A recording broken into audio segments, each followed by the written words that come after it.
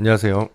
겨울 시즌이 끝났고 이제 여름 시즌이 시작하기 전인데요. 이 내용을 언제쯤 발표할까 하다가 아무래도 이 내용이 발표되면 차 팔고 사는데 의도치 않게 손해를 보시거나 피해를 보실 분이 있을 수도 있을 것 같아서 시기를 조절하고 있었는데 지금은 차를 사고 팔고 하실 분이 없을 것 같아서 제가 이 내용을 얘기한다고 그래도 놀라지 않으실 것 같아서 지금 이렇게 안내를 드리는데요. 이게 중고차를 판매하고 살 때 특히 개인 거래로 신뢰성이 제일 문제가 되는 거죠. 왜냐하면 딜러한테 차를 살 때는 어느 정도 딜러에서 보증되는 부분이 있어요. 특히 노스캐롤라이나의 딜러들은 DMV에서 딜러들 관리를 아주 꼼꼼하게 철저히 하는 편입니다. 다른 조지아나 다른 데에 비해서. 그래서 차량의 퀄리티를 어느 정도 유지하도록 상당히 법적으로 시스템이 잘 돼 있다고 합니다. 그래서 딜러들이 차를 막 이렇게 아무 차나 고치지도 않고 쓸 수 없는 상태로 만약 금방 망가질 정도의 상태로 막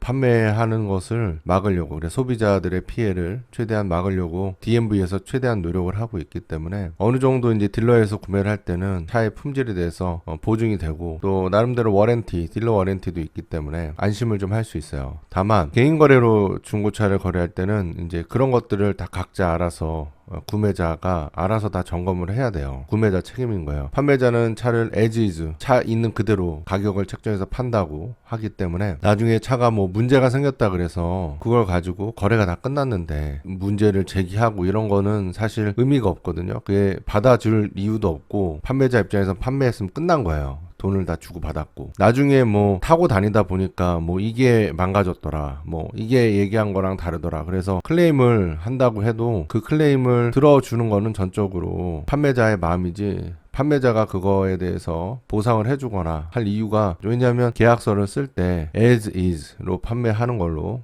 보통 쓰기 때문에 bill of sale에서 그런 부분이 항상 중고차 거래할 때는 들어가 있거든요. 꼼꼼하게 차에 대해서 점검을 할 수 있는 능력이 없으면 개인 거래를 사실은 너무 리스크가 크기 때문에 하지 않는 게 더 나은 거예요. 딜러한테 사는 게 오히려 안전한 거죠. 그렇지만 딜러하기에 살려면 불편한 점들이 있죠. 운전면허나 퍼밋 또는 NCID 가져야만 이제 차량을 구매할 수 있기 때문에 DMV에 입국 후에 바로 최대한 빨리 가도록 예약을 하는 게 제일 중요한 거겠고, 차 없이 지내는 시간을 하루라도 줄여야 쓸데없는 비용이 나가는 거를 절약할 수 있죠. 개인 거래로 구매할 때는 기간을 잘 맞추면 입국과 동시에 차를 사용할 수 있기 때문에 나름 매력적인 부분이 있습니다. 운전면허를 따지 않고 아직 DMV에 방문을 하지 않아도 차를 몰고 다닐 수 있는 장점이 있기 때문에 이제 정착 초기에 이것저것 살 것도 많고 다닐 것도 많은데 차가 있고 없고는 정말 고생을 하는 데 있어서 큰 차이가 돼요. 개인 거래가 상당히 매력적이긴 한데, 그래서 개인 거래를 할 때 우리가 안전하게 차를 구매할 수 있는 가격을 정할 수 있는 방법을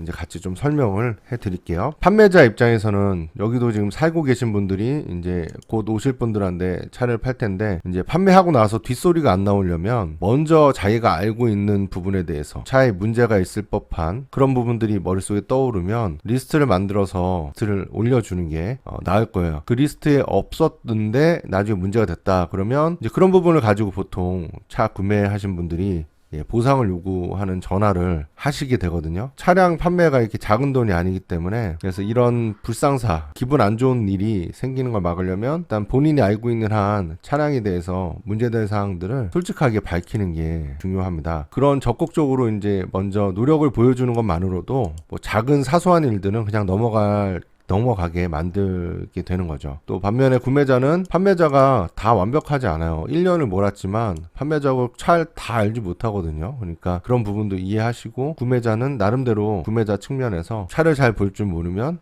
이제 정비소를 찾아가서 검사를 받는 것도, 한인 정비소도 좋지만 미국 정비소로 가는 것도 괜찮죠. 하지만 한인 정비소도 말이 통하니까 중간중간에 궁금한 것들을 이제 자세히 물어볼 수 있는 장점이 있습니다. 자, 그리고 또 동시에 차 판매자들은 차량을 한 1년 동안 몰면서 좋게 만든 것들에 대해서 홍보를 하셔야겠죠. 그래서 배터리를 갈았다, 타이어를 새 걸로 갈았다, 엔진 오일 간지 얼마 안 됐다, 트랜스미션 오일, 이건 좀 비싸긴 하지만 타이밍 벨트 같은 거, 브레이크 패드, 스마트키 배터리, 브레이크 오일, 이런 부분은 차를 구매할 때 거래할 때마다 항상 이제 점검을 해야 되는 부분이잖아요. 언제 해야 되고 이제 판매할 때도 알려줘야죠. 이거 언제 갈면 된다고. 그래서 이런 것들이 꼼꼼하게 다 이제 기록으로도 남아 있고 알려주는 그렇게 되면 이제 서로 신뢰를 높여주는 방법이 될 것입니다. 당연히 이제 사진도 다 찍어줘야겠죠. 세차하기가 힘드시면 여기 H마트에 장 보러 오셨다가 여기에 세차장이 있어요. 나름 그렇게 비싸지도 않고 H마트 있는 데인데 손세차를 해줘요. 장 보는 동안에 맡기셔도 되고. 이제 가격 결정인데요. 보통 이제 KBB 사이트를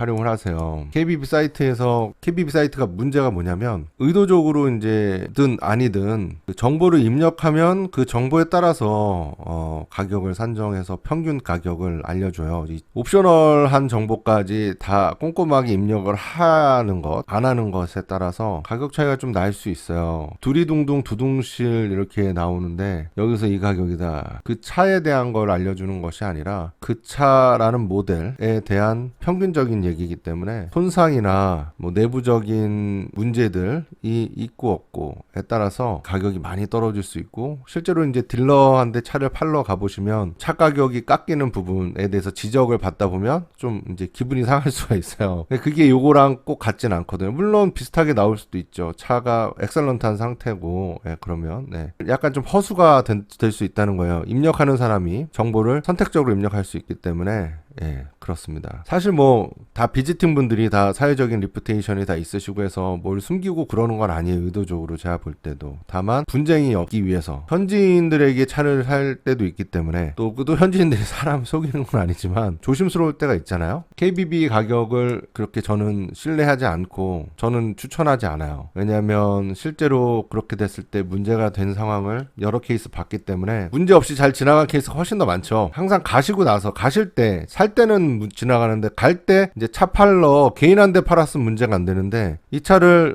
뭐 나는 개인한테 샀는데 딜러한테 팔게 된다 그러면 그때는 좀 몰랐던 일들을 딜러한테 듣게 되니까 좀 화가 나고 분노하시는 분들을 좀 많이 봤어요. 결국엔 개인계 거래에서 이제 KBB 거래로 샀고, 팔 때도 문제없이 개인 간의 거래로 KBB 밸류로 파신다면 뭐 아무도 모르게 그냥 잘 지나갈 수 있는 문제들이, 이제 갑자기 누군가가 이제 딜러한테 갖다 팔게 되면 이제 가격이 생각보다 팍 떨어지니까 이제 화가 많이 날 수도 있는 거죠. 오너의 수, KBB에 오너의 수를 넣을 수 있어요. 입력할 수 있는데 입력하지 않는 게 보통이죠.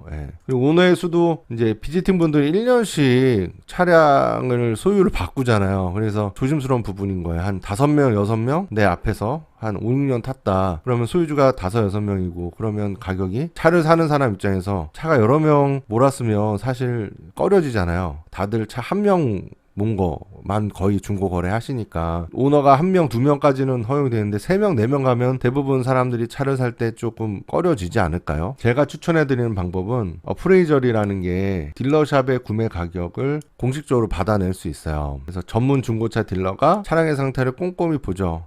차를 가지고 가요. 한 20분, 30분 정도 차를 꼼꼼하게 봐요. 그래서 차의 내부, 외부 상태, 그리고 엔진 돌아가는 상태, 타이어 상태, 이만큼 가격 주고 사겠다라고 가짜 수표처럼 돼 있는 모양의 수표를 주는 사람도 있고, 레러 용지로 주는 경우도 있어요. 어프레이저리 이제 카맥스에서는 이런 양식으로 나와요. 어프레이저를 받으면서 직원이 나와서 이런 부분에 설명을 해줘요. 딜러들은 이거를 작성할 때 카팩스 리포트라고 차의 이력을 다 꼼꼼히 다 보고, 그리고 소유주까지도 다 볼 수 있어요. 걔네들은 돈 안 내고 볼 수 있죠. 왜냐하면 걔네들은 벌크 어카운트가 있잖아요. 게다가 지금 중고차 시세가 반영돼서 이 가격을 책정해 준 거기 때문에 요즘 중고차 시세가 되게 올라가 있어요. 코비드 이후에 중고차 시세가 푹 떨어졌다가 그 다음에 이제 사람들이 정부 지원금으로 돈을 많이 얻게 되고, 또 사람들이 서로 같이 타는 거, 접촉하는 거 싫어하고 하다 보니까 그러니까 중고차가 없어요. 매물이 없어요. 그래서 중고차 내놓지도 않고, 요즘은 중고차 시세가 상당히 높은 점인데, 또 앞으로 또 어떻게 코비드 상황에 따라서 어떻게 될지 모르기 때문에 중고차 시세가 반영이 되겠죠. 지금 현재 딜러들이 코비드 전에 구매를 하셨는데 요즘 팔 때는 그때 가격보다, 딜러에 샀는데도 불구하고 딜러에 살 때 가격보다 더 높게 팔고 가시는 분들도 생기게 되는 거예요. 이런 그 현재 시세까지도 반영을 하기 때문에 나름 정확한 거죠. 이 어프레이저를 받는 것은, 제가 추천해드리는 곳은 옥션 다이렉트 US예요. 여기가 랄리에 있는데요. 브라이어 크릭에서 아래쪽으로 좀 내려가다 보면 있는데요. 여기 크랩트리 밸리몰 있고, 여기 공항이 있고요. 여기 프레드 앤더슨 토요타도 있고, 여기 이제 중간쯤에 있는데 카맥스도 여기에 있어요.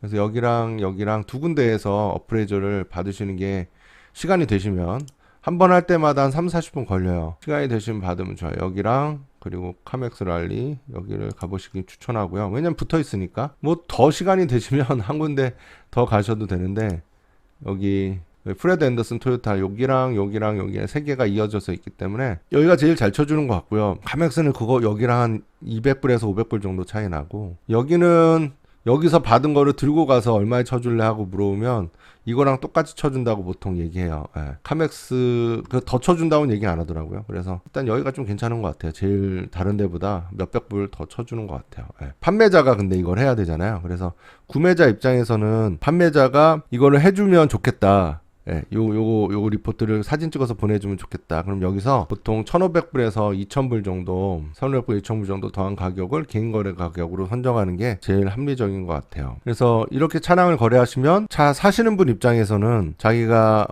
나름대로 그렇게 막 손해보고 판다는 이런 느낌이 드는 일은 없을 거예요. 왜냐하면 이건 실제 딜러가 구입해야 하는 가격이기 때문에 나중에 파실 때도 그렇게 크게 손해를 많이 보지는 않으실 거예요.